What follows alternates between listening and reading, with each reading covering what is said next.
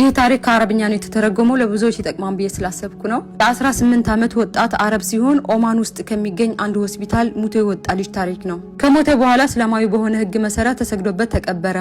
ታዲያ ከቀብር ስነ ስርዓቱ በኋላ አባትየው በዶክተሮቹ ህክምና ውጤት ስላላመነ ልጁ የሞተበትን ትክክለኛ ምክንያት ለማወቅ የልጁ ሬሳ ከተቀበረ ከ3 ሰዓት በኋላ የሞተበትን እውነተኛ ምክንያት ለማወቅ ከመጓጓቱ የተነሳ ተቆፍሮ እንዲወጣ አስደረገ።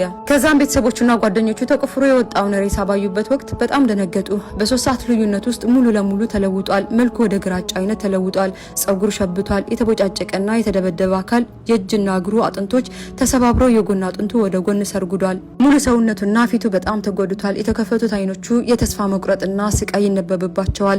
ደሙ ከፍተኛ የሆነ ድብደባ እንደደረሰበት እውን ነው። ታዲያ በዚህን ጊዜ የቅርብ ዘመዶቹ አሊሞችን ስለ ጉዳዩ አማክረው የቀብር ውስጥ ቅጣት መሆኑን ተናግረዋል። ያም አላህን ለረሱል አለይሂ ሰላቱ ወሰላም ያስጠነቀቁት የቀብር ቅጣት። በተፈጠረው ነገር ክፉኛ የደነገጡት አባት ልጃቸው በጣም የተበላሸ፣ ወላጆቹን የማይታዘዝ፣ ሶላት የማይሰግድ፣ ህይወቱ ባልባሌ የሚያሳልፍና በተለያዩ ወንጀሎች ውስጥ የተዘፈቀ መሆኑን ተናዘዋል። ከዛሊክ ማንኛውም ሰው ከሞተ በኋላ የቀብር ጥያቄ አለበት። በአላህ መንገድ ላይ ሸሂድ ከሆኑት በስተቀር ይሄው መልቂያማ ከመቆሙ በፊት የመጀመሪያው ፈተና ነው። ይሄን የረሱል አለይሂ ሰላቱ ወሰላም ሐዲስ አገኘን። አንድ ሰው ሙቶ ከተቀበረ በኋላ ሩሁ ወደ ሰውነቱ ትመለሳለች። ታዲያ 2 መላእክቶች ይመጡና አንድ ነኪር 2 ሙንከር ሰውየውን በጥያቄ ያፋጥጡታል። ጠያቂው ጌታህ ማን ነው? ሟቹ ጌታዬ አላህ ነው። ጠያቂው እምነትህ ምንድነው? ሟቹ እምነቴ እስላም ነው። ጠያቂው ማን ነው ያ ወደ አንተ የተላከው? ሟቹ እሱ የአላህ መልእክተኛ ነው። ጠያቂው እንዴት አወቅ? ሟች የአላህን መጽሐፍ አነበብኩ አመንኩኝ ይላል።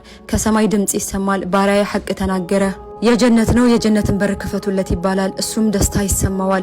ቀብሩም አይኑ ማየት እስከሚችለው ድረስ ይሰፋለታል። ረሱል አለይሂ ሰላቱ ወሰላም ስለ ወንጀለኞችም ደግሞ ሲናገሩ ሰውየው ተቀብሮ ሩህ ወደ ሰውነቱ ከተመለሰች በኋላ ጌታህ ማን ነው? አላውቅም። ወደ አንተ የተላከው ማን ነው? አላውቅም። ከዛም ከሰማይ ድምጽ ይወጣና ውሸት ተናገረ፣ በእሳት ሳጥን ውስጥ አስገቡት፣ የጀሃነምን በር ክፈቱለት። ከዛም በጀሃነም እሳት ይጠመቃል። ቀብሩን በጣም ይጠብበታል። የቀብር ጠርዞችም ያጣብቁታል። ያ አላህ ረህመተክ። ሐቂቃ ምን ያህሎቻችንን ለቀብር የተዘጋጀ ነው? የቀብር ጥያቄዎች እኮ በሐዲስ ውስጥ ያሉትን የቀብር ጥያቄና መልስ በመሸምደድ ሳይሆን ጥሩ ስራችን ነው ለመመለስ የሚያበቃን። ሞት እንዳለን ረስተን ወይስ የቀብር ጥያቄ እንዳለብን ዘነጋን? ወይስ ጥያቄ ለመኖሩ እርግጠኛ አይደለንም? አሊያም ለተውበት የሚያበቃ ጊዜ እንዳለን ማረጋገጫ ማህተም ከመለከል መውት ደርሶናል። ከዳሊክ ወጣቶች ወደ አላህ ልንመለስ ይገባል። አላህ ልንፈራ ይገባል። ቀብር ቅጣት አለብን። ቆም ብለን እናስተንትን። ማንም እኛን ተከትሎን የሚመጣ ሰው የለም። ለህድ ውስጥ ስንገባ ብቻችንን ነው የምንጠየቀው፣ የሰራናት መልካም ስራ ብትሆን እንጂ። ወጣትነት ትልቅ ነገር ነው። አላህ ከሰጠን እድሜ የወጣትነት እድሜያችን በጣም ትልቅ ቫልዩ አለው። ስለዚህ ይህ ወጣትነታችንን በአግባቡ ልንጠቀምበት ይገባል። ምክንያቱም ጅማሮ ገና የቀብር ቅጣት ነው። አላህ ሁላችንንም ከቀብር ቅጣት ይጠብቀን።